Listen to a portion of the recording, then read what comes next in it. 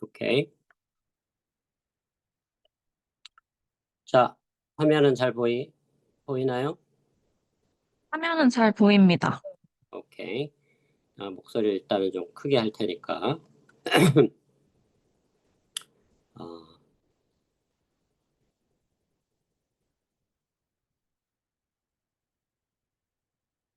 자, 일단 이제 오늘 온라인 강의를 지난번 때처럼 우리가 10월에 한번 온라인 강의를 했었는데 동일한 형식으로 강의를 진행하겠습니다.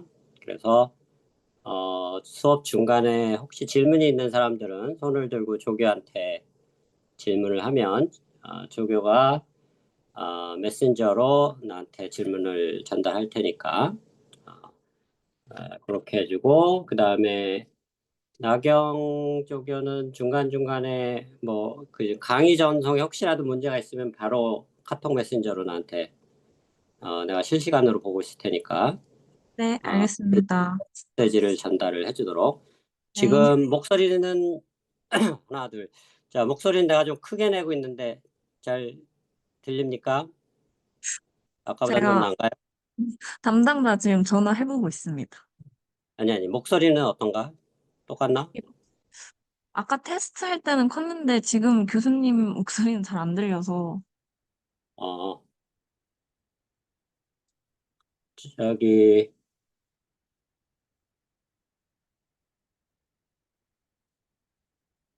자, 강의실에 들릴 정도로는 들리나요? 아니면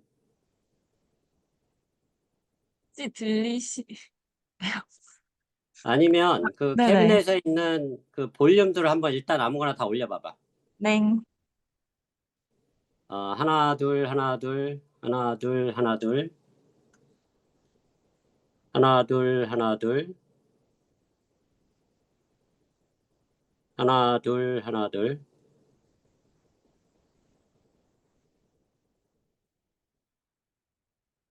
하나 둘 하나 둘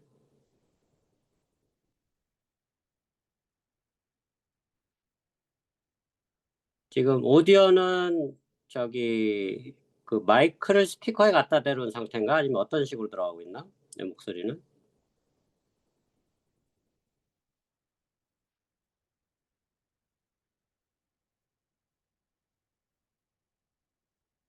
하나 둘 하나 둘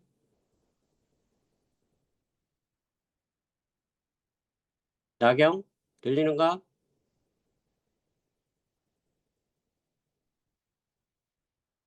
하나 둘 하나 둘 들리나? 응? 지금 오디오는 어떤 식으로 들어가고 있나? 그쪽 앰프에서 노트북에 마이크를 갖다 댄 상태인가? 아니면 어떤 식으로 했나? 잘 안 보이는 것 같아요. 아, 노트북이랑 지금 HDMI 연결된 걸로 소리 들어가고 있는데 지금 어? 그 담당자랑 연락해서 녹음 관련된 거 지금 키우려고 찾고 있습니다. 잠시만. 아니면은 네네. 그 유선 마이크를 그 노트북에 스피커를 틀고 거기다 대보는 건 어떤가? 혹시 한 조금만 기다려 주실 수 있나요? 누구를 부르고 있지 지금? 네네.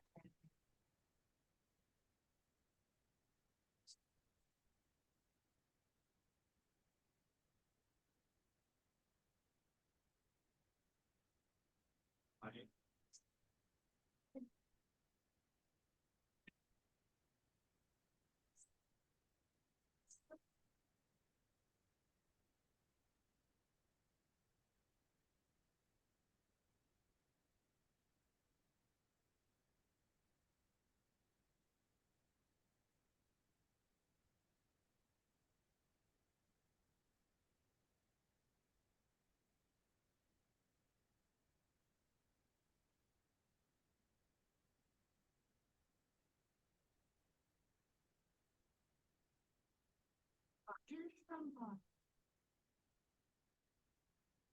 네, 지금 종이가. 네네. 아,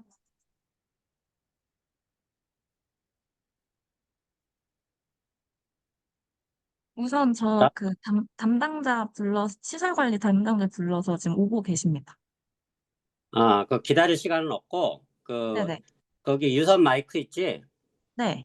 그걸 노트북 스피커에 그냥 갖다 대봐, 한번. 네, 알겠습니다.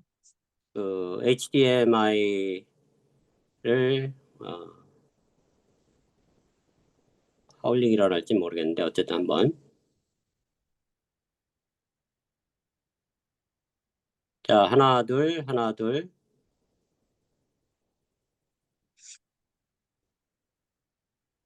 근데 이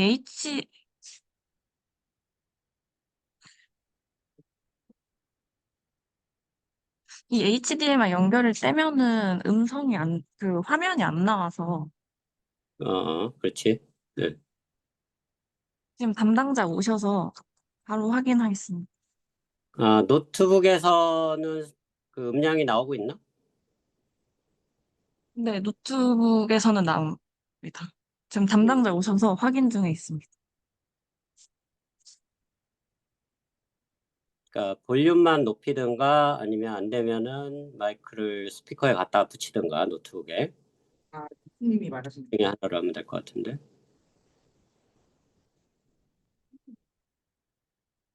교수님은 또 어디를 계속 있으실 것 같고 교수님 혹시 어디서 시를 써야 혹시 말씀 한 번만 하나, 둘, 하나, 둘. 이제 잘 들리는 것 같습니다. 오케이. 뭘 조정한 건가? 장비를 조정했습니다. 오케이. 장비 소리. 미리 다 테스트를 해놨으면 좋았을 텐데 테스트 하라고 했는데 준비를 안 미리, 해놨네. 음, 미리 했는데 그 교수님 쪽 그 연결이 음, 잘 안 됐던 것 같습니다. 오케이. 자, 그러면 강의 시작해도 될까? 네, 해도 될 것 같습니다. 오케이. 자, 강의를 시작하도록 하겠습니다. 약간 이게 연결에 약간 뭐 착오가 있었네요. 자, 오늘은 9장 이제 영상 쪽의 생성형 AI를 우리가 다뤄보도록 하겠습니다. 우리가 지난 챕터에서는 이제 NLP 쪽에 이제 LLM 관련한 거, 그 다음에 트랜스포머의 기본 구조, 그 다음에 뭐 LLM 관련해서 이제 성능을 개선하기 위해서 우리가 한 5가지 테크닉들을 배웠죠. 그래서 프롬프팅이라든가 파인 튜닝 그리고 레그 그다음에 RLHF 체인 오브 소 그걸 이제 플러스 알파로 해서 거기에 이제 믹스처 오브 엑스퍼츠라는 그런 개념도 우리가 8장에서 배웠습니다. 자, 이번 9장 마지막 챕터가 되겠습니다. 마지막 챕터는 이제 이 제너러티브 AI 중에 영상 쪽으로 이제 많이 쓰이고 있는 이제 우리가 최종적으로는 이제 아, 디퓨전 모델을 배울 거고 그 전 단계로 사전 지식으로 우리가 이제 베리에이셔널 오토 인코더 그다음에 제너러티브 애드버서리얼 네트워크 그리고 DDP 디퓨전 모델 이렇게 우리가 한번 배워보도록 하겠습니다. 자, 그래서 어, 일단 이제 이 챕터가 상당히 이제 다른 챕터 대비 이제 수학적인 내용이 좀 많이 있습니다. 아, 그 잠깐만요. 이게 화면이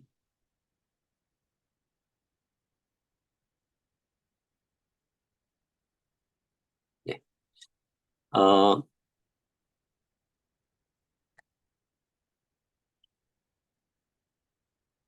그래서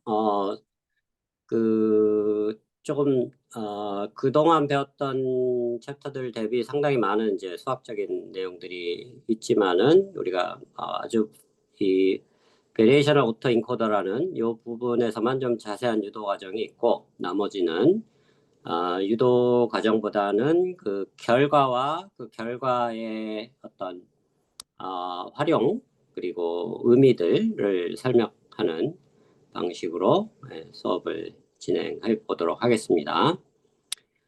자, 일단 이제 첫 번째로 베리에이셔널 오토인코더를 우리가 배울 텐데요. 이제 이게 이 자체로는 현재 많이 쓰이고 있지는 않지만은 우리가 이제 최종적으로 배우는 디퓨전 모델, 뭐 대표적으로 이제 스테이블 디퓨전이라는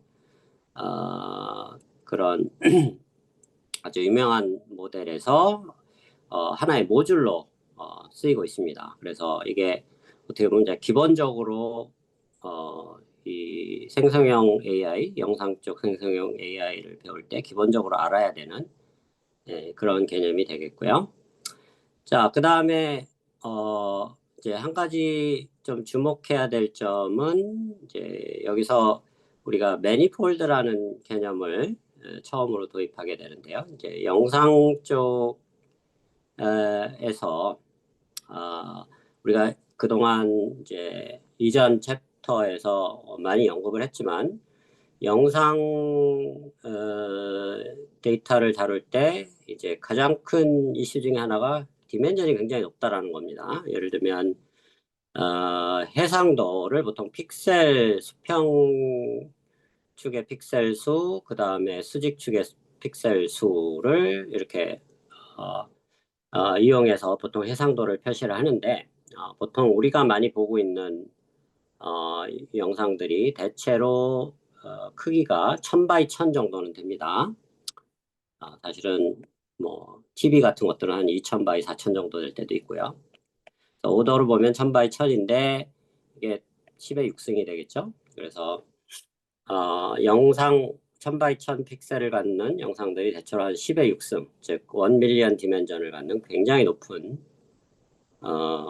벡터로 볼 수 있다라고 생각하면 되겠습니다. 근데 생각을 해보면 원 디멘전을 1밀리언 디멘전을 갖는 벡터가 가질 수 있는, 표현할 수 있는 표현력이라는 거는 생각해보면 어마어마합니다. 왜냐하면 각 엘레멘트들이 실수값을 가지고 있고 그 실수값이 100만 개나 있기 때문에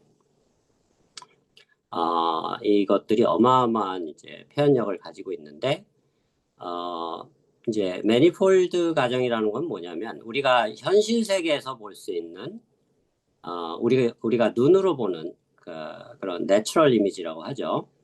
우리가 눈으로 보거나 카메라로 찍는 영상들은 이 100만 디멘전에서 극히 일부일 거다라는 가정입니다. 무슨 얘기냐면 100만 디멘전의 어떤 공간을 우리가 100만 개의 축을 머릿속으로 상상을 해서 비주얼라이즈를 한다 그러면은 실제 이미지가 차지하는 그 어떤 부분 집합은 전체 100만 차원의 그 공간 중에 극히 일부를 차지할 것이다. 이제 그런 극히 일부를 차지하는 부분 집합을 보통 서브스페이스라고 합니다. 그 서브스페이스를 이제 조금 더 일반화해서 그 이제 이 화면에 있는 이런 이제 공면 같은 것들을 상상을 했는데, 자, 이거는 극단적인 예시입니다. 3차원 공간에서 어떤 부분 집합이 이런 공면 위에 존재하는, 이 공면은 사실 2차원이죠. 그래서 3차원에서 부분 집합인 2차원 안에 모든 우리가 다루는 이미지들이 있다라고 볼 수가 있는 거죠. 그래서 이 개념을 좀 확장하면 3차원 대신에 100만 디멘전의 차원에서 예를 들면 그 중에 한 100디멘전의 유의미한 어떤 우리가 비주얼라이즈는 하기 힘들지만 왜냐하면 인간의 두뇌로는 3차원 이상의 어떤 물체는 비주얼라이즈가 불가능하죠. 왜냐하면 본 적이 없기 때문에 한 100차원 정도면 충분히 우리가 현실 세계에서 볼 수 있는 대부분의 영상들, 이미지들은 표현이 가능하다라는 그런 가정을 할 수가 있고 실제로 실험을 해보면 그 가정이 대부분의 경우 99% 맞다라는 거를 실험으로 확인할 수가 있습니다. 그래서 이러한 실제 이미지가 차지하는 부분 집합 또는 부분 집합의 공간, 서브스페이스를 보통 매니폴드라고 하고 가장 일반적인 경우는 이 매니폴드가 어떤 공면 형태를 가지고 있기 때문에 자, 여기서는 2차원 공면을 예시로 들었지만 더 하이 디멘저널 스페이스에서는 뭐 3차원 공면이 될 수도 있고 4차원 공면이 될 수도 있다는 얘기입니다. 즉 무슨 얘기냐면 4차원 공면이라는 게 어떤 뜻이냐면 예를 들면 5차원 공간이 있고 거기에 우리가 수학적으로 뭔가 그 어떤 이퀘이션을 하나 추가를 하면 조건이 하나 들어가죠. 그래서 자유도가 5개 중에 조건이 하나 들어가면 자유도가 하나 떨어져서 이제 어떤 4차원 공면이 되는 뭐 대표적인 게 이런 겁니다. 예를 들면 뭐 반경이 뭐 1인 공간 하면은 5차원 공간에서 반경이 1인 공간은 4차원 공면을 우리가 지난 챕터에서 다뤘던 하이퍼스피어에 해당하는 이제 그런 공간이 될 수 있습니다. 그래서 굉장히 일반적인 어떤 공면을 갖는 공간을 생각할 수 있고 여기서 그림에서는 그냥 비주얼라이즈 하기 위해서 2차원을 예시로 들었지만 실제로는 더 높은 차원을 가질 수 있고 뭐 예를 들면 여기서 100차원을 가정을 하고 있죠. 자, 그래서 이 예시로부터 뭐 이런 이제 예를 들면 엠니스트 같은 데이터들을 2차원 매니폴드에 있다고 뭔가 이렇게 투영을 할 수가 있습니다. 그래서 2차원의 이런 뭔가 좌표계를 만들어서 이게 엄밀하게 얘기하면 수학적으로 이제 리마니안 매니폴드라는 건데 2차원 공간이니까 뭐 좌표축이 이렇게 2개가 있겠죠. 이 좌표축 자체가 계속 바뀌는 좌표이긴 하지만은 그래서 이 수평축은 예를 들면 이 숫자의 어떤 기울어진 정도, 그 다음에 뭐 이 수직축은 뭐 예를 들면 이 숫자가 4인지 5인지 6인지를 나타내는 뭐 그런 어떤 의미 있는 그러니까 사람이 이해할 수 있는 어떤 의미 있는 좌표계로 매핑을 할 수 있다라고 가정을 할 수가 있습니다. 그래서 이런 이런 좌표계 매니폴드의 좌표계를 Z라고 하고 뭐 백디멘저널 스페이스라고 볼 수 있겠죠. 그리고 나중에 설명하는 어떤 디코더라는 이제 뉴럴 네트워크를 가정해서 그 디코더가 하나의 이제 확률 분포를 나타내는데 그거를 이렇게 이 매니폴드를 나타내는 좌표축, 요 매니폴드를 나타내는 좌표축을 우리가 지난번에도 한번 얘기했지만 레이턴 베리어블이라고 합니다. 그래서 이 레이턴 베리어블에 대해서 적분을 하면 이게 이제 체인 룰이라는 확률 뭐 기본적인 성질에 의해서 원래 데이터의 분포를 뽑아낼 수 있다라는 게 어떤 매니폴드 가정이라고 볼 수 있습니다. 그래서 베리에이셔널 오토 인코더의 기본적인 아이디어는 바로 이 매니폴드 가정을 하고 매니폴드 가정이라는 거는 원래 인풋 디멘전보다 작은 디멘전의 어떤 서브스페이스로 우리가 원하는 데이터를 다 표현이 가능하다. 라는 아이디어로 출발합니다. 그래서 원래 디멘전에 해당하는 변수 x가 있다 그러면 그거를 인코더로 디멘전을 낮추고 z로 낮추고 이게 인코더가 되겠습니다. 그리고 여기서 이 z를 임의로 우리가 이게 랜덤 베리어블이라고 하면 확률 변수라고 하면 임의로 샘플을 해서 디코더라는 또 구조를 통과시켜서 x와 비슷한 또 다른 이미지를 제너레이트하는 구조 이런 구조를 이제 보통 오토인코더라고 하는데 이 z라는 레이턴 베리어블이 랜덤 베리어블일 경우 확률 변수인 경우 우리가 이걸 베리에이셔널 오토인코더다라고 부릅니다. 자, 그래서 자, 조교 현재까지 잘 들리고 있죠? 네, 잘 들립니다. 네. 그래서 베리에이셔널 오토 인코더를 기본적으로 이제 다음과 같은 구조로 좀 이따 좀 더 수학적으로 잘 설명을 하겠지만 인코더와 디코더 구조를 가지고 있고 이제 배치 데이터를 여러 장의 뭐 예를 들면 수백만 장의 오리지널 이미지를 모아서 그걸 가지고 이 인코더와 디코더를 동시에 학습을 시키는데, 이 디코더의 아웃풋은 원래 오리지널 이미지를 복원시키는, 최대한 가깝게 복원시키는 이제 그런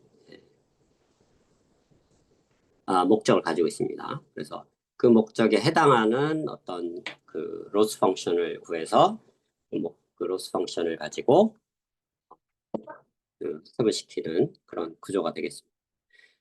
자, 그래서 이것도 우리가 지난 시간에 한번 얘기했던 NLP에서 프리 트레이닝은 기본적으로 언슈퍼바이즈 러닝이라고 했죠. 베리에이셔널 오토인코더도 사실은 언슈퍼바이즈 러닝의 대표적인 사례 중에 하나입니다. 자, 왜냐하면은 이건 라벨이 필요 없는 거죠. 보면은. 왜냐하면 자기 자신의 라벨이 바로 자기 자신이 되기 때문에. 그래서 이놈의 그라운드 트루스는 X 자체가 됩니다. 그래서 이 둘 사이의 차이를 가지고 이제 학습을 시키는 언슈퍼바이즈 러닝의 대표적인 케이스가 되겠습니다. 그래서 어떻게 보면 이제 데이터를 확보하는 비용 측면에 있어서는 굉장히 가성비가 좋은 그런 방법론이다라고 볼 수가 있습니다. 자, 그래서 아까 요런 확률 분포를 가정한다 그랬는데, 이게 다름 아닌 디코더의 어떤 그 아웃풋의 형태가 되겠습니다. 아웃풋이 이런 확률 분포를 끄집어낸다라고 보면 되겠고, 논의를 간단하기 위해서 사실 꼭 가우시안일 필요는 없는데, 이 아웃풋이 가우시안이 아니면 사실 계산하기가 굉장히 어려워집니다. 그래서 평균이 이 아웃풋의 어떤 스칼라 값으로 갖는 형태고, 그 다음에 분산은 미리 정해진 하이퍼 파라미터, 그리고 이게 분산은 정확하게 얘기하면 이게 벡터에 대한 분산이기 때문에 코베리언스 매트릭스가 되겠습니다. 그래서 이 말은 각각의 컴포넌트들이 서로 인디펜던트하게 생성이 된다, 그런 가정을 하는 구조를 우리가 디코더에 적용을 합니다. 그래서 그런 구조로 가정을 하고 학습을 시키는 방법론이다 라고 생각을 하면 되겠고요. 자, 그래서 일단 요 그림은 방금 전 그 이미지에서 여기서 이 디코더를 그래픽화한 모델로 표현을 한 겁니다. 그래서 노이즈라는 그런 가우시안 노이즈를 레이튼 베리어블을 임의로 막 선택을 하면 거기에 따라서 생성되는 이미지가 달라지는, 그래서 실제로 이미지를 생성할 때는 디코더만 씁니다. 즉 인퍼런스 단계에서는. 트레이닝 할 때는 이 둘 다 학습을 시키고 실제 인퍼런스 할 때는 디코더만 쓴다라고 생각을 하면 되겠습니다. 그래서 모든 생성형 AI가 사실은 약간 그런 비슷한 구조를 가지고 있습니다.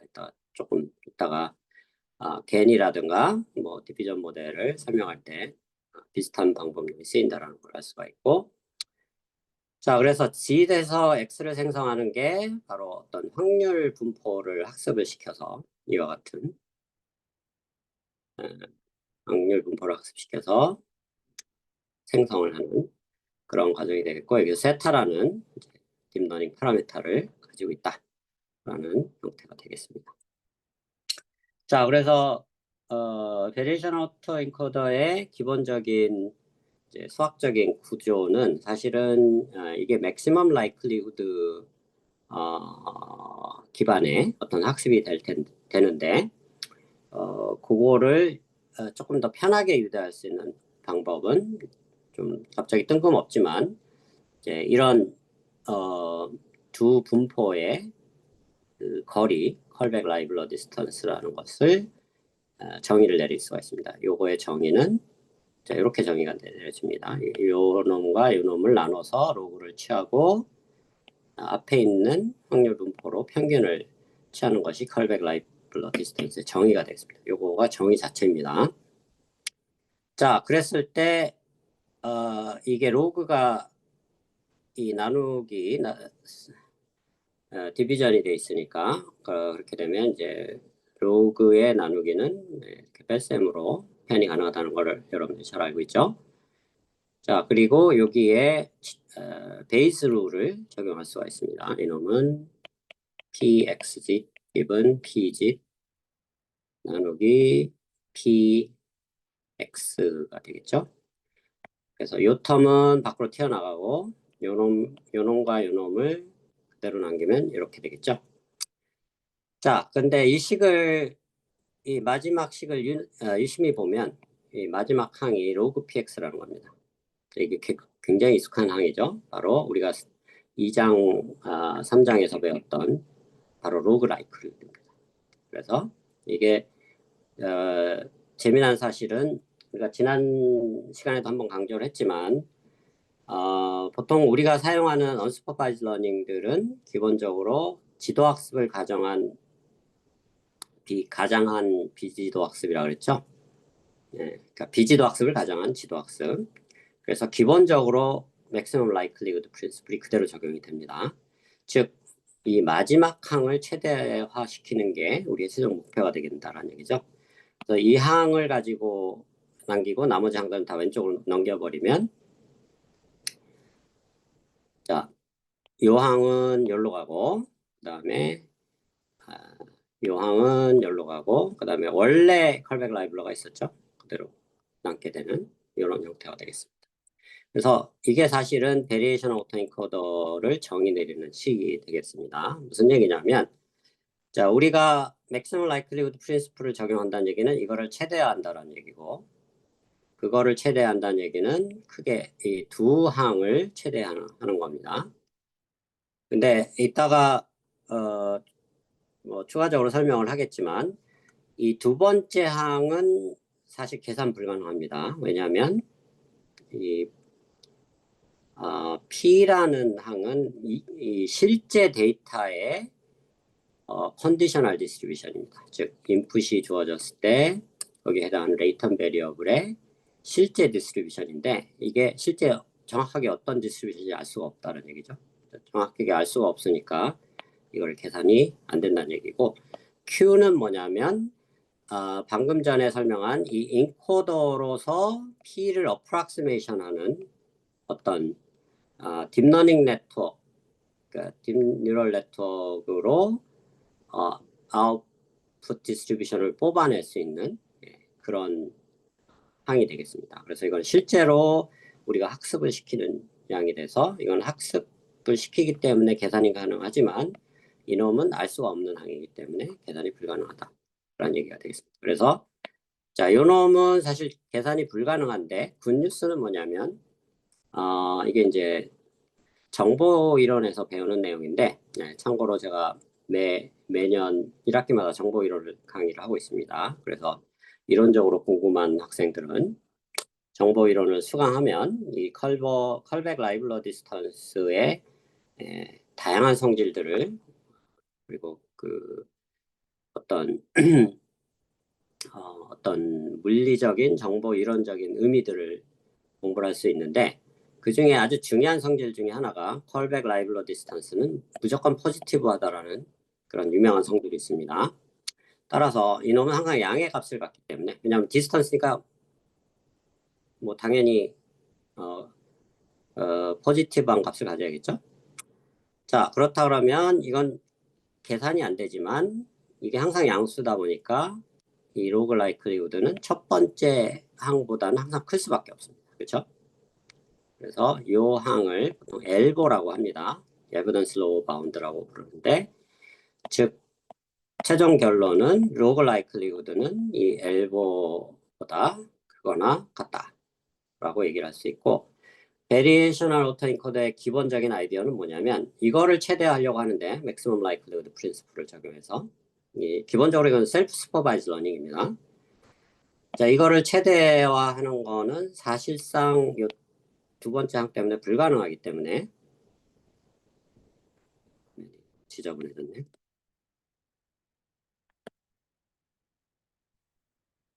이 항 때문에 사실상 이 계산이 불가능하기 때문에 그거를 어프락시메이션하는 이 첫 번째 항만 가지고 이걸 보통 로어 바운드라고 하죠. 로어 바운드를 최대화하는 방향으로 학습시키는 그런 방법론이 되겠다. 즉 이거를 다이렉트하게 최대화하면 좋겠지만 그게 어려우니 그거의 로어 바운드인 요 엘보 값을 최대화하겠다라는 게 베리에이션 오토엔코더의 뭐 수학적인 정의입니다. 자, 그래서 요 놈은 아까 얘기했던 디코더의 아웃풋이고 P는 그 다음에 이 부분은 둘 다 우리가 가우시안이라고 가정하기 때문에 클로즈 폼으로 계산이 가능합니다. 운이 좋게도. 그래서 이 엘보는 계산이 가능하기 때문에 이걸 가지고 최대화하는 방법론이 되겠습니다. 자, 저기요, 여기까지 잘 들리고 있죠? 네, 잘 들립니다. 네. 자, 그래서 좀 다소 수학적인 개념이 뜬금없이 등장해서 당황해하는 학생도 있을 텐데 이 과정을 다 이해할 수 있으면 제일 좋고 과정이 이해가 어려우면 다다음 페이지에 나오는 어떤 블락 다이어그램 형태로 이걸 어떻게 학습시키고 그 다음에 인퍼런스 할 때 어떻게 인퍼런스를 한다 정도만 이해를 해도 여러분들이 이 베리에이션 오토 인코더에서 필요한 내용은 충분히 캐치를 할 수가 있습니다. 자, 그래서 이 부분은 방금 얘기한 대로 디코더고 요거는 클로즈 폼으로 계산 가능하다라는 얘기를 했죠. 그리고 뭐 이거는 그냥 참고로 얘기하는 건데 이걸 정리를 해보면 아까 컬백 라이브러리 정의를 동원하면 요 항이 위에 달라붙어서 조인트 디스트리뷰션에서 이렇게 표현이 가능하다. 더 단순하게 표현 가능하다. 근데 실제로 계산할 때는 이 형태는 쓰진 않습니다. 그냥 수학적으로 더 간단하게 할 수 있다라는 얘기가 되겠고요. 자, 아까 이 컬백 라이블러를 얘기할 때 이게 클로즈 폼이라고 얘기했죠. 이게 클로즈 폼으로 계산이 되는 이유는 사실 이것도 정보 이론에서 나온 겁니다. 이것도 가우시안이고 이것도 가우시안이면 계산이 아주 간단해집니다.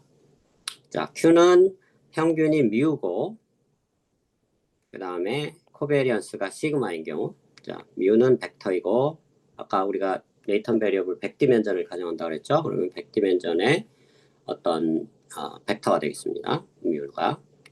그 다음에 그 100디멘전의 벡터의 코베리언스는 100×100 행렬이 되겠죠. 그래, 큰 행렬이 됩니다.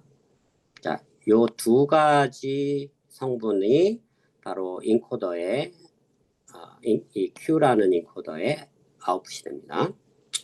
그리고 P짓은 사실은 이거는 여러분들 이제 집에 가서 조금 생각을 해봐야 될 일인데 사실은 우리가 아까 매니폴드라는 가정을 한다고 그랬죠. 사실은 그 매니폴드의 모양은 어떻게 생겼을까를 생각해 보면 인코더가 고정이 되어 있으면 굉장히 다양한 형태가 됩니다. 근데 이거는 여러분들이 좀 집에 가서 생각을 해볼 필요가 있는 건데 인코더를 자유자재로 바꿀 수 있다 그러면 그 인코더를 어떤 함수라고 볼 때 그 함수의 아웃풋을 고정시키고 인코더를 자유자재로 바꾸면 임의의 데이터 디스트리뷰션과 항상 매치시킬 수 있다라는 어떤 상상을 해볼 수가 있습니다. 자, 그 상상이 사실은 맞고 그런 가정하에서 레이턴 베리어블의 디스트리뷰션은 우리가 다룰 수 있는 가장 심플한 디스트리뷰션으로 만드는 게 편리하다. 왜 그러냐면 이 놈을 간단하게 계산하기 위해서 사실은 가우시안이 아니어도 상관없는데 이 놈을 쉽게 계산하려면 가우시안이면 편하기 때문에 그래서 이걸 가우시안으로 만들고 대신에 이 Q라는 인코더를 좀 더 복잡하게 만들자라는 게 기본 철학이 되겠습니다. 자, 그래서 Q도 평균과 분산이 있는 가우시안이고 P는 평균은 제로고 분산 코베리언스 매트릭스는 아이덴티티인 자, 이런 상황에서 컬백 라이블러 디스턴스는 자, 요거의 정의는 다시 한번 적어 보면 이런 모양입니다. Q에 대한 평균을 취하는데 로그 Q 짓 given x 이거는 인코더의 아웃풋이죠. 그 다음에 t짓은 그냥 이렇게 가정한 가우시안 표준적인 가우시안 디스트리뷰션 것들의 평균을 취하는 게 정의가 됩니다. 자, 운이 좋게도 이 두 개가 둘 다 가우시안이면 이걸 exact하게 계산이 가능합니다. 수학적으로. 그래서 계산을 해보면 2분의 1이라는 상수가 붙고 이 코베리언스의 트레이스에다가 이게 행렬이고 트레이스를 취하니까 스칼라죠. 그 다음에 이 평균 벡터를 그냥 자기와 자기 자신의 내적 다름 아닌 뮤 x의 그냥 L2 놈과 같죠. 자기와 자기 자신의 내적은. 그 다음에 k는 짓의 디멘전이 되겠습니다. 짓은 이런 RK 승이라는 이 k가 아까 100디멘전이라고 했죠. 그러니까 100에 해당되죠. 짓의 디멘전에 해당되고 그 다음에 이게 행렬이니까 행렬의 디터미넌트에다가 로그를 취하는 값이 바로 exact하게 계산이 된다는 되겠죠. 자, 그래서 우리가 지금 maximum likelihood를 적용하려면 사실 요 엘보를 최대한다 그랬죠. 그래서 요거를 최대화 하고 또 요놈은 마이너스가 있으니까 최소화하면 되겠죠. 요거는 최소화한다는 얘기는 지금 마지막 식을 최소화하면 되는데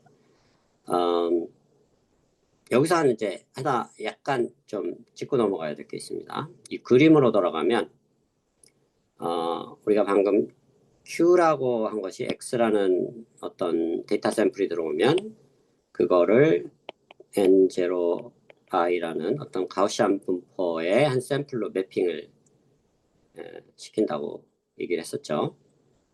자, 그래서 이거를 바탕으로 이제 우리가 디코더도 이제 같이 이따가 학습하는 과정을 설명할 텐데 짓 자체가 이게 랜덤 베리어블이기 때문에 이 나중에 아까 인퍼런스를 할 땐 이 부분만 쓴다 그랬죠. 인퍼런스 할 때는 이 짓이 가우시안 랜덤 베리어블이기 때문에 이거를 주사위 던지기 식으로 샘플링을 해야 됩니다. 자, 그 말은 인코더에서 어떤 디스트리뷰션이 나오면 이게 n 뮤 시그마라고 그랬죠. 자, 이런 디스트리뷰션이 계산이 되면 근데 아주 재미난 사실은 뮤도 x에 디펜던트하고 시그마도 x에 디펜던트합니다. 즉 데이터 샘플에 따라서 뮤 값도 달라지고 시그마 값도 달라지는 거죠. 디스트리뷰션이 아웃풋으로 나오면 엄밀하게 얘기하면 이 인코더에 두 헤드가 나온다는 얘기입니다.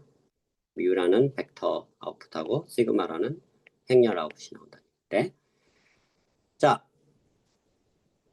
그 뮤하고 시그마를 이제 우리가 최대한 이 제로 i라는 디스트리뷰션에 가깝게 만들려는 목표가 바로 이 엘보의 두 번째 항이 되겠고 그 다음에 또 요거를 이제 최대화해야 되는 거죠. 이걸 최대화하려면은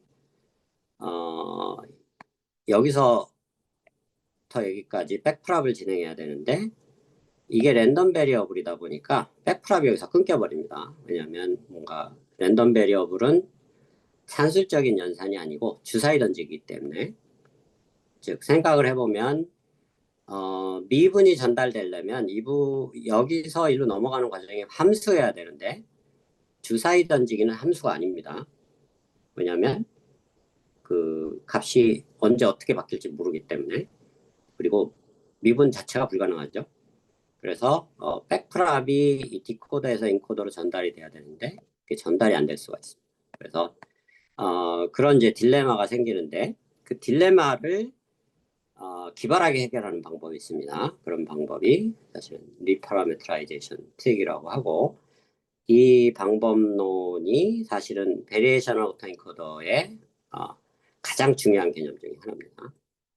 그래서 사실은 이 개념은 물리학자들이 처음 이제 1960년대에 만든 민필드 티오리라는 데서 나왔습니다. 사실은. 근데 뭐 그런 이제 역사적인 배경은 생략을 하고 어떤 식으로 백프랍을 적용 가능하게 만들 수 있냐면 우리가 엡실론이라는 아주 표준적인 가우시안 디스트리뷰션을 샘플링하고 아까 평균과 분산을 구했는데 그 평균은 그대로 쓰고 분산의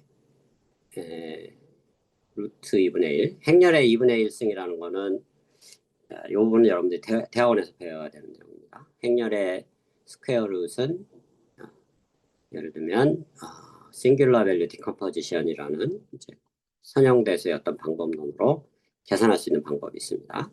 자, 그렇게 계산을 해서 이게 스칼라 분산의 어떻게 보면 표준 편차라고 보면 되겠습니다. 그게 확장된 개념.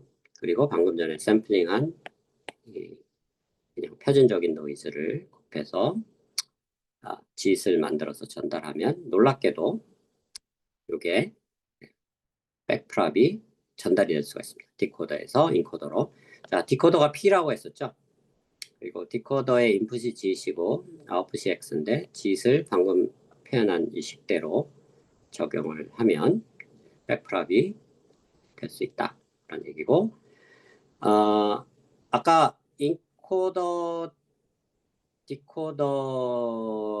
목표는 오리지널 데이터를 그것과 가장 비슷한 데이터로 다시 재생성하는 게 목표라고 그랬죠. 근데 중간에 샘플링하는 과정이 있어서 이그젝트하게 카피는 불가능합니다. 왜냐하면 두 가지 이유 때문에 불가능한데 하나는 디멘전을 낮추기 때문에 이그젝트한 게 불가능해지고 그 다음에 여기서 한번 또 주사위 던지기를 하기 때문에 엉뚱한 게 튀어나올 가능성이 있는 거죠. 그래서 이런 두 가지 사항 때문에 이 두 개가 이그젝트하게 같을 수는 없습니다. 카피가 만들어질 수는 없고 이제 인코더, 디코더를 학습시키는데 이 두 개가 X하고 X 프라임이 최대한 가까워지게 하려는 게 목적이 됩니다.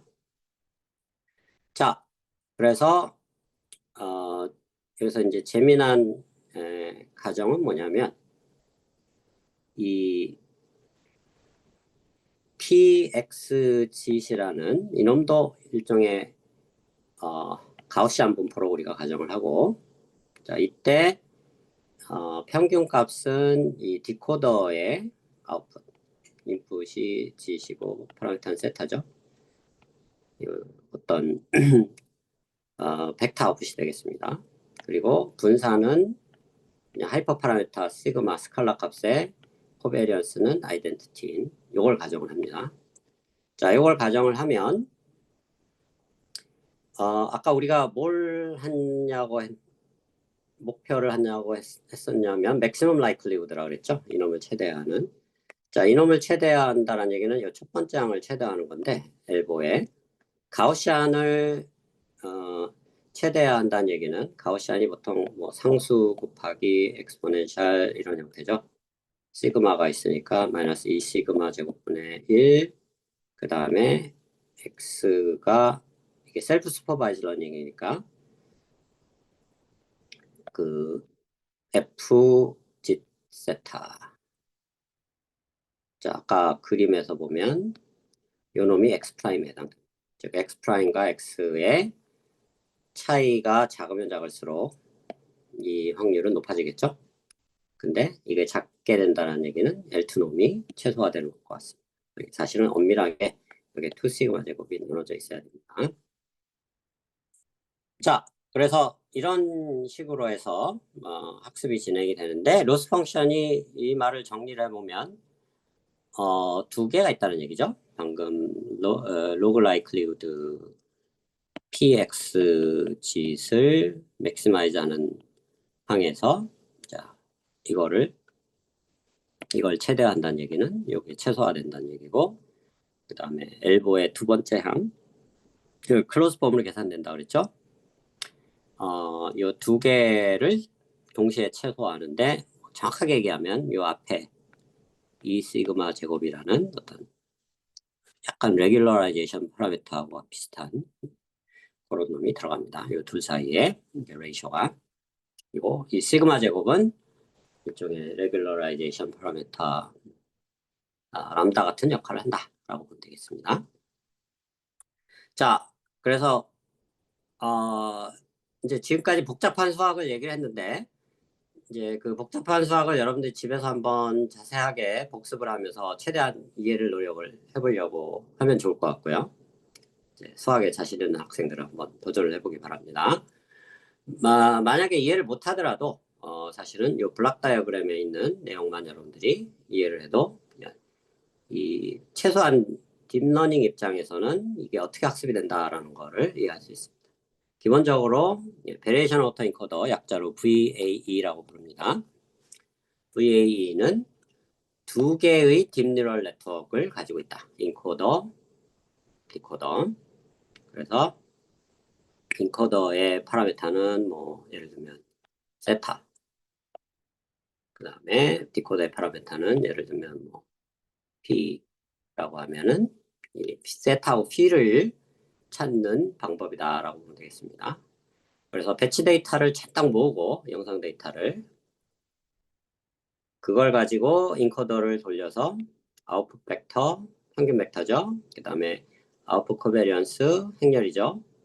이 두 개를 생성하고 그 다음에 노멀 디스트리뷰션, 평균이 제로인 분산이 아이덴티티인 것과의 이제 컬백 라이블러 디스턴스를 클로즈 폼으로 계산을 하면 여기 이제 첫 번째 로스 펑션이 되고요. 그 다음에 뮤하고 시그마를 가지고 우리가 확률 분포가 나옵니다. 이게 이제 Q라는 디스트리뷰션의 확률 분포죠. 그게 뮤, N 뮤, 시그마가 되겠습니다.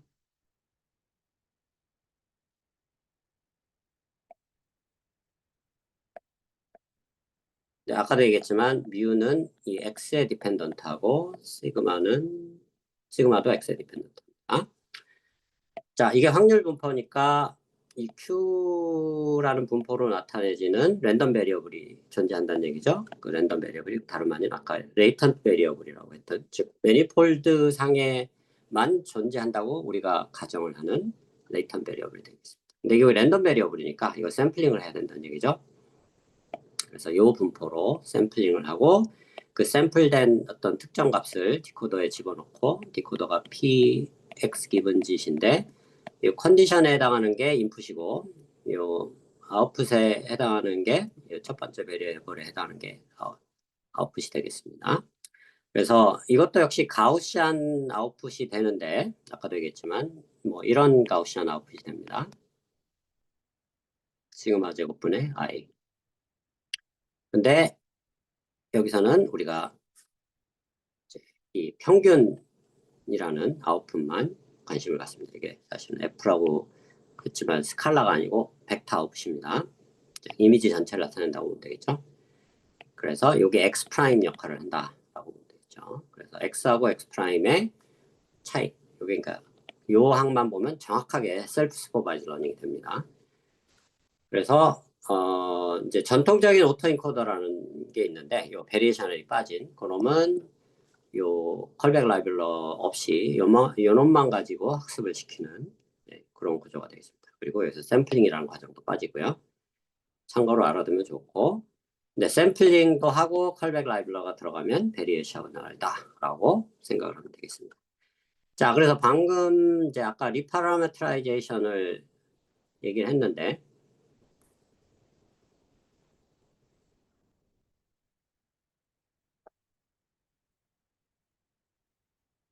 그림이 좀 지저분해졌으니까 지워보겠습니다.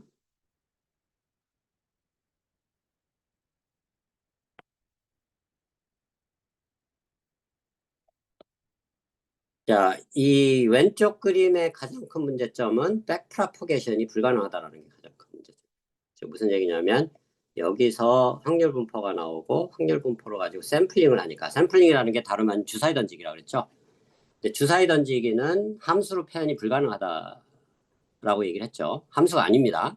자, 함수가 아니기 때문에 절대 미분 불가능합니다. 무슨 얘기냐면 주사위 던지기를 생각했을 때 주사위 던지기에 나오는 아웃풋 값을 가지고 주사위를 던지는 어떤 행위를 미분은 가능한가를 생각해보면 절대 불가능하죠. 이제 그렇게 생각하면 되겠습니다. 따라서 백프랍이 불가능한 구조가 된다는 게 가장 큰 단점입니다. 이 왼쪽 그림은. 그런데 이 과정을 기발하게 수학적으로는 동일한 역할을 하게 하면서 백프랍이 가능하게 하는 구조가 있다. 그런 얘기입니다. 이 샘플링을 이 분포로 하지 말고 표준적인 가우시안으로 하고 그 가우시안에다가 시그마에 여기 사실은 정확하게 얘기하면 2분의 1승이 들어가야 되죠. 생략이 되어 있는데 행렬에 2분의 1승이 들어갑니다. 들어가고 뮤를 더한 형태로 디콧에 들어가면 이게 집 역할을 하게 됩니다. 자, G치 여전히 랜덤 베리어블입니다. 왜 그러냐면 이 랜덤한 어떤 항에 어떤 영향을 받기 때문에 랜덤 베리어블이지만 이 랜덤성을 한 곳으로 몰아버리고 디터미스틱한 양들을 이 두 연산에 넣어줌으로써 백프랍이 가능하게 만들 수 있다. 자, 무슨 얘기냐면 우리가 3장에서 배웠던 백프랍의 기본 원리를 또 한번 생각을 해보면 굉장히 유용하게 여기서 이해가 가능합니다. 우리가 백프랍은 기본 원리가 크게 세 가지라고 했죠. 화살표 반대 방향으로 흐른다. 플러스는 그대로 전달된다. 그 다음에 멀티플리케이션은 다른 쪽을 곱해서 전달된다. 이런 얘기를 했었죠. 자, 여기서 그레디언트가 여기까지 계산이 됐으면 그 그레디언트는 여기서 양쪽에 그대로 흘러가고, 그쵸? 이 플러스 오퍼레이션에 대해서는. 즉, 뮤라는 데 대해서 백프랍이 디코더에서 인코더로 전달될 수 있다는 얘기. 그 다음에 동일한 이 그레디언트가 이쪽으로 전달될 때는 이 그레디언트가 뭐 x라고 부르면 x 너무 자세하게 설명하고 있는 것 같긴 한데 x 곱하기 여기서 샘플된 값은 샘플적이 전에는 랜덤했지만 이미 주사위를 한번 던지고 나면 딱 정해진 값이 되죠. 그 정해진 값을 엡실론을 곱해버리면 되죠. 상대방에. 따라서 놀랍게도 이 화살표와 이 화살표에 대해서 둘 다 그레디언트가 전달될 수 있다. 라는 얘기가 되겠죠. 이 인코더의 아웃풋은 뮤하고 시그마뿐이 없기 때문에 이 두 군데 그레디언트가 전달된다는 얘기는 디코더의 그레디언트가 인코더까지 전달될 수 있다라는 굉장히 놀라운 사실이 될 수가 있습니다. 그래서 여러분들이 집에 가서 한번 이해하려고 노력해야 될 것은 이 리파라메트라이제이션 트릭이 정말로 천재적인 아이디어다. 물론 물리학자들이 오래전에 만들어 놓은 테크닉이지만 그래서 이 방법을 통해서 이런 확률적인 샘플링을 중간 과정에 하더라도 백프랍을 할 수 있는 아주 기발한 방법이 있다.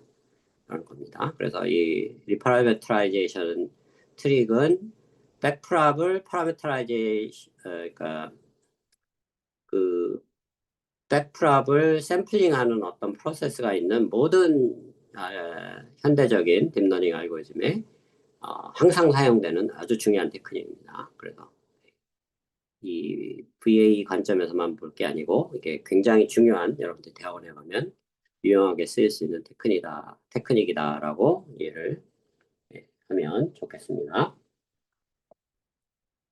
자, 그래서 수학적인 것과 알고리즘적인 뷰포인트를 다 설명을 했고요. 다소 좀 난해한 내용이 될 수도 있는데 여러분들이 수식과 블락 다이어그램을 한번 여러 번 읽어보면서 복습을 하면 좋을 것 같습니다. 자, 여기까지 질문 있나요? 좀 다소 어려운 내용이라 혹시 모르니까 질문 한번 있는 사람이 있으면 받고 넘어가겠습니다. 혹시 조교 질문 있으면 한번 체크해 보기 바랍니다. 질문 있나요?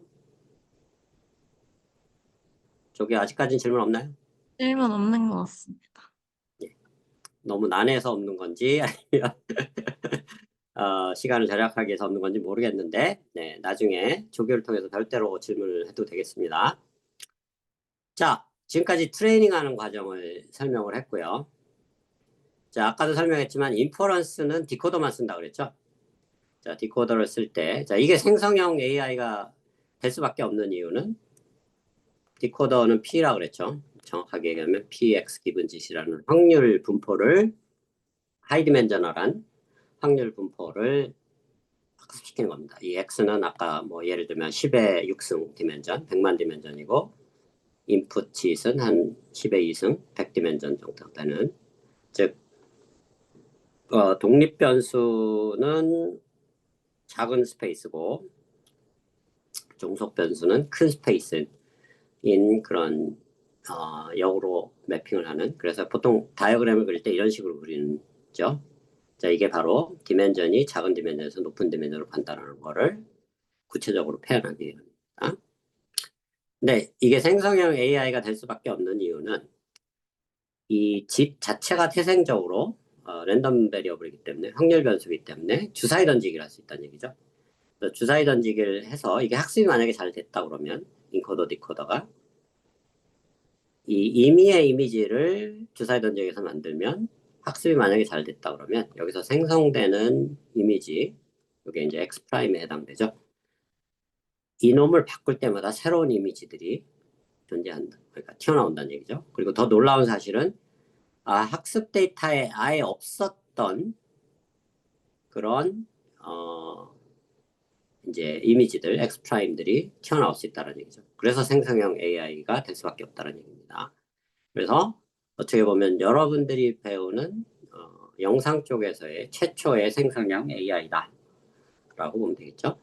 그리고 뭐 텍스트 쪽에서는 이미 그 트랜스포머의 디코더 구조가 이미 우리가 8장에서 배웠듯이 텍스트 쪽에서의 생성형 AI다.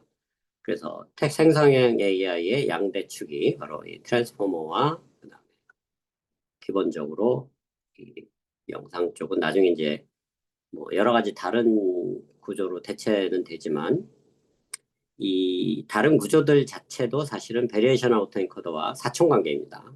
철학적으로 보면. 그래서 여러분들이 다소 좀 수학적으로 난이도가 있는 내용이긴 하지만 베리에이셔널 오토엔코더를 확실하게 이해해 놓으면 다른 구조들은 조금 더 쉽게 이해를 할 수가 있습니다. 그래서 최종적으로 이제 이렇게 생성된 샘플의 로그라이크류들을 실제로 이게 가우시안이니까 계산이 가능할 수 있다. 근데 이제 그거를 우리가 엘보로 계산한다. 아까 로어 바운드를 계산한다 그랬죠. approximate 해서 계산이 가능해질 수 있다라고 볼 수가 있습니다. 자, 그 다음에 이제 여기까지가 베리에이션 오토엔코더의 어떻게 보면 트레이닝하고 인퍼런스하는 과정이다. 그리고 인퍼런스가 진정한 생성형 AI 단계가 되겠습니다.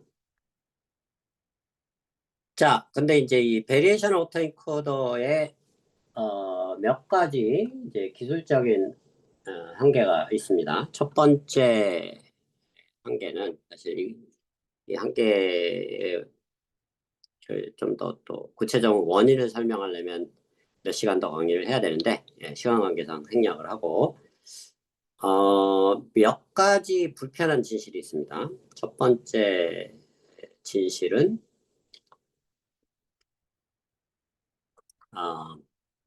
아까 우리가 인코더를 학습할 때 이게 Q라 그랬죠? 이 Q는 이제 하이 디멘전에서 로우 디멘전으로 가는데 이것도 가우시안을 가정한다 그랬죠? 근데 이게 꼭 왜 가우시안이어야 되느냐라는 이제 우리가 질문을 할 수가 있습니다.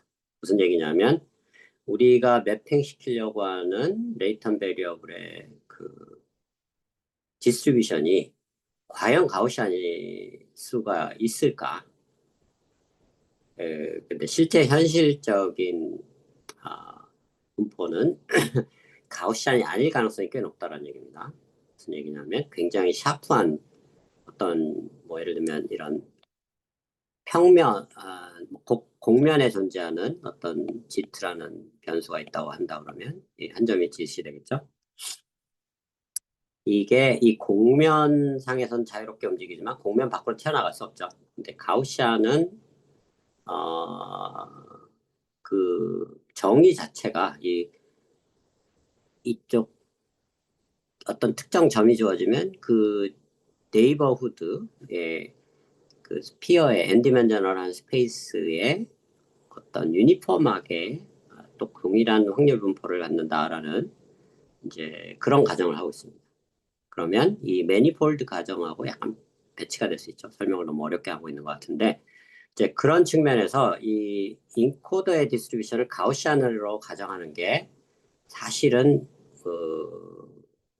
오리지널 이미지 디스트리뷰션을 매핑시키는데 바람직하지 않을 수 있다라는 게 첫 번째 어떤 이 베리에이션 오토인코더의 한계가 될 수 있고, 또 다른 한계는 이 디코더의 아웃풋도 지금 가우시안으로 가정하고 있죠.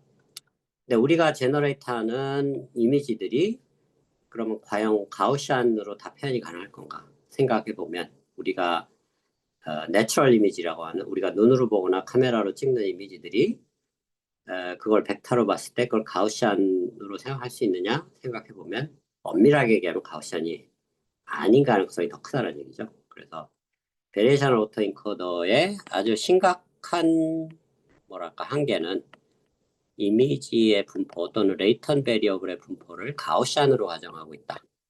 즉 모든 스페이셜 디멘전에 대해서 이렇게 유니폼한 어떤 거리를 가지면 동일한 확률 분포를 갖는 그런 구조를 가정하고 있는데, 이게 실제 이미지하고 다를 가능성이 높다라는 게 맨점. 그래서 실제로 이런 한계 때문에 실제로 인퍼런스를 해보면 아주 단순한 데이터셋, 뭐 필기체 데이터셋 이런 것들, 엠리스트 같은 것들이죠. 그런 거는 잘 생성을 하는데 실제 현실적인 이미지는 굉장히 블러리하게 흐리게 나옵니다. 흐리게 나온다는 얘기는 바로 이 가우시안이라는 가정을 억지로 강제했기 때문에 그런 현상이 일어난다라고 볼 수 있습니다. 그래서 그러면 이제 이 한계를 극복하기 위해서 뭘 할 수 있는가를 생각해 보면 가우시안이라는 가정을 포기하자라는 생각을 해볼 수 있겠죠. 이제 그런 맥락에서 다양한 시도들이 제시가 됐는데, 그 중에 이제 대표적인 성공을 거둔 사례가 바로 이 GAN이라는 Generative Adversarial Network이라는 구조가 되겠습니다. 자, 그래서 기본 개념을 조금 설명을 하면, 이 GAN도 사실은 인코더 디코더 구조를 가지고 있습니다. 사실은 디코더가 먼저 나오고, 여기서는 인코더 대신에, 인코더라고 좀 하기는 애매한데 D라는 디스크리미네이터의 약자입니다. 또 다른 네트워크를, 뭐 하여튼 인코더 디코더 구조와 비슷하죠.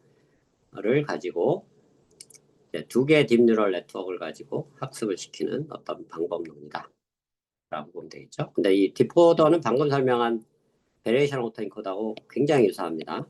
지금 무슨 얘기냐면 GC라는 랜덤 베리어블을 샘플하고 이미지를 만들어낸다라는 거 보면 인퍼런스 할 때 그 VA하고 완전 동일합니다. 거의.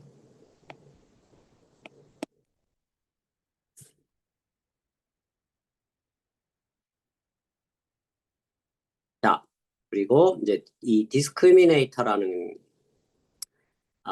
네트워크가 있는데, 이게 다름 아닌 바이너리 클래시피케이션 네트워크입니다. 바이너리라는 말은 기다 아니다를 판단하는 거죠. 뭐가 기다 아니냐를 정의를 내리냐면, 자, 이렇게 제너레이터로 생성한 이미지, 이놈을 뭐 X 프라임이라고 할까요? 그 다음에 실제 트루 이미지, 데이터셋으로 모은 거를 X라고 했을 때, 이 X 프라임 X를 그냥 하나를 선택해서 둘 중에 랜덤하게 집어넣었을 때 이게 제너레이트 된 이미지인지 또는 트루 이미지인지를 클래시파이 하는 네트워크라는 얘기입니다. 근데 이거는 그라운드 트루스가 있는 거죠. 왜냐하면 X 프라임이라는 걸 우리가 미리 알고 있기 때문에 이놈은 사실 엄밀하게 얘기하면 이제 이놈의 확률은 트루 이미지 확률입니다. 트루일 확률. 즉 X가 들어가면 확률 1에 가까운 값으로 나와야 되고, 아웃풋이 시그모이드 아웃풋이 나오죠. 바이너리 클래시피케이션이니까 X 프라임이 되면은 이놈은 확률 0에 가깝게 나오도록 학습을 시키는 바이너리 클래시파이어다. 이렇게 구조가 설정이 되어 있는데, 자, 이제 이거를 좀 쉽게 직관적으로 설명을 한다 그러면 다음과 같이 설명할 수 있습니다. 굉장히 유명한 이제 그 사례가 되는데요. 이 GAN을 설명할 때 가장 많이 쓰이는 설명 방법이 바로 위조 지폐 범과 그다음에 그거를 위조 지폐인지 아닌지를 그 찾아내는 그 디텍션을 하는 경찰 간의 경쟁이라고 볼 수 있습니다. 그래서 위조 지폐범의 역할을 이 제너레이터, 페이크 커런시를 이 제너레이터가 만들고, 여기 이제 경찰이 되겠죠. 폴리스가 페이크 이미지가 들어왔을 때 이게 페이크다 아니다. 그러니까 실제 리얼 커런시, 실제 화폐다 아니다를 폴리스가 판단을 하는 거죠. 그래서 이제 초기에는 랜덤 이니셜라이제이션을 하니까 이 페이크 위조 지폐를 만드는 성능이 별로 안 좋습니다. 그래서 초기에는 이게 쉽게 위조 지폐가 아닌지를 쉽게 구별이 가능합니다. 왜냐하면 둘 사이 차이가 확연할 테니까. 근데 여기서 D를 백프랍을 해서 이게 화살표가 있죠, 여기.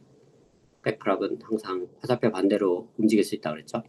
이렇게 해서 이 어떤 페이크 데이터 그라운드 트루스를 가지고 그 백프랍을 전달해서 페이크 데이터를 더 잘 만들 수 있게, 좀 더 정교하게 위조 지폐 잘 만들 수 있게 이거를 또 추가 학습을 할 수 있다는 겁니다.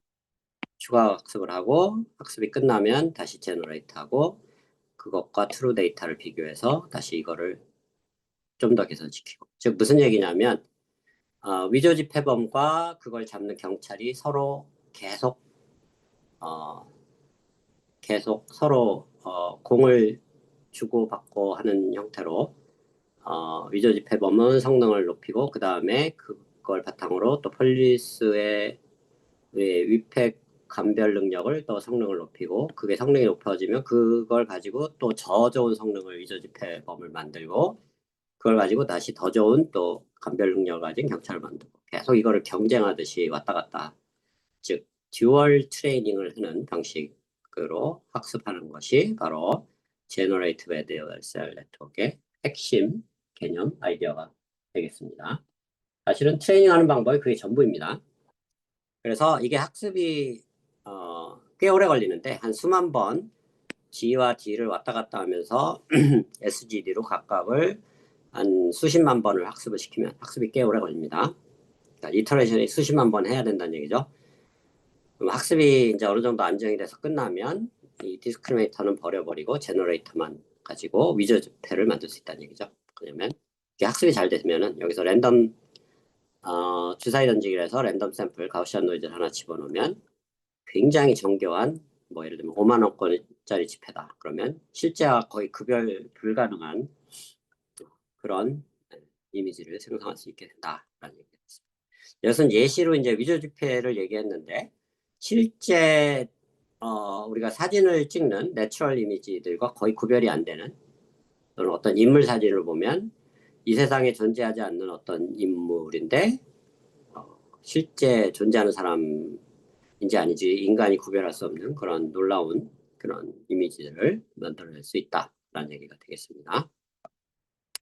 자, 그래서 지금 말한 개념을 좀 뭔가 수식화 해보면 이와 같이 설명할 수 있다는 얘기죠. 자, 그래서 제너레이터의 즉 디코더의 디스트리뷰션을 이제 아까 노이즈에 해당되죠. 이건 사실 그냥 가우시안에 해당됩니다. 제거이. 그리고 이 디코더 G를 통과하면 아까 얘기했던 위조 지폐에 해당되고, 이 D라는 것은 위조 지폐냐 아니냐를 감별하는, 좀 더 엄밀하게 얘기하면 그 트루 데이터냐 가짜 데이터냐를 구별하는 바이너리 클래스파이어다라고 보면 되겠습니다. 그런데 이제 학습하는 목적이 살짝 다르다는 얘기죠. 디스크리미네이터는 위조 지폐에 대해서 이 확률을 낮춰야 되는 게 목적이죠. 그러니까 위조 지폐에 대해서는 디스크리미네이터 확률이 낮아져야 되지만, 이 위조 지폐범 제너레이터 입장에서는 이놈이 헷갈리게 만들어야 되니까 경찰을 오히려 이놈의 확률이 높아지게 만들어야 된다는 얘기죠. 그 말은 1-tg, 즉 이 위조지폐 아웃풋을 가지고 판단을 했을 때 이게 최대화된다. 여기 마이너스가 있으니까 이게 최소화되겠죠. 자, 이런 목표를 가지고 있다라는 얘기입니다. 그래서 이게 경제학에서 얘기하는 사실은 게임 시어리하고 굉장히 유사한 측면이 있습니다. 그래서 위조지폐범과 경찰이 서로 경쟁하면서 학습을 시키는 방법, 이런 것을 게임 시어리에서 미니맥스 게임이라고 부른다라는 얘기죠. 그래서 경찰 디스크리미네이터 입장에서는 이 두 항을 최대한다는 얘기죠. 지금 무슨 얘기냐면 트루 데이터에 대해서 확률을 높이고 가짜 데이터에 대해서는 확률을 낮추고, 그 다음에 이 위조지폐범 제너레이터에 대해서는 첫 번째 항은 아예 상관이 없습니다. 이거는 무시하면 되고, 두 번째 항은 왜냐면 여기 G가 전혀 안 들어가죠.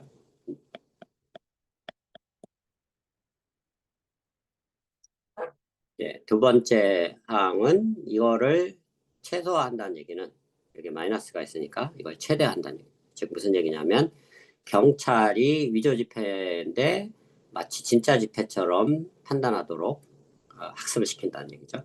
그래서 서로 경쟁을 한다는 얘기로 해석을 할 수가 있습니다.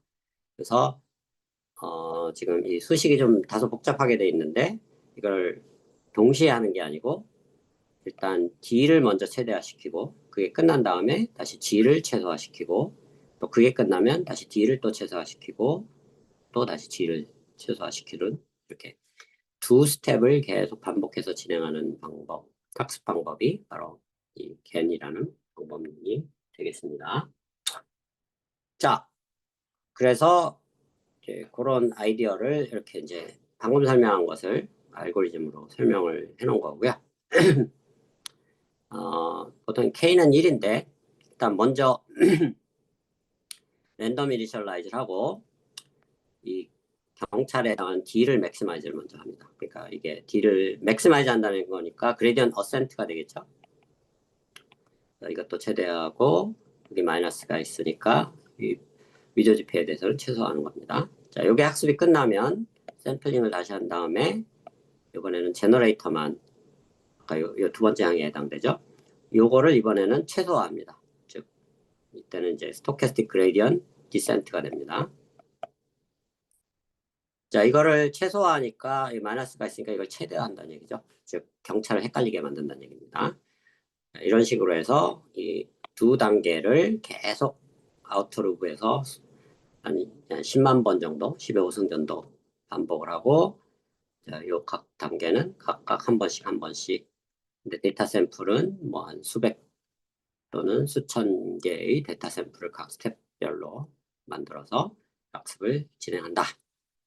라는 형태로 수도 코드를 만들 수가 있습니다. 그래서 이게 이제 GAN이라는 방법론의 핵심적인 개념이 되겠고, 뭐 다음 시간에 조금 더 이제 이 GAN에 대해서 조금 더 자세한 설명을 하도록 하겠습니다. 오늘은 시간 관계상 여기까지 하도록 하겠고요. 자, 수업을 끝내기 전에 뭐 혹시 조교 질문 같은 거 있을까요? 잘 들리나요? 질문 없는 것 같습니다. 네, 그러면 뭐 질문 있는 사람들은 별도로 한번 이 질문을 하든가 다음 수업 시간에 나한테 직접 질문을 해도 좋을 것 같습니다. 자, 온라인 강의는 이제 오늘 이걸로 마치도록 하고 다음 주 화요일은 공지대로 휴강이고 그러니까 다음 주 목요일 날 이제 정상 수업을 진행하도록 하겠습니다. 자, 오늘은 여기까지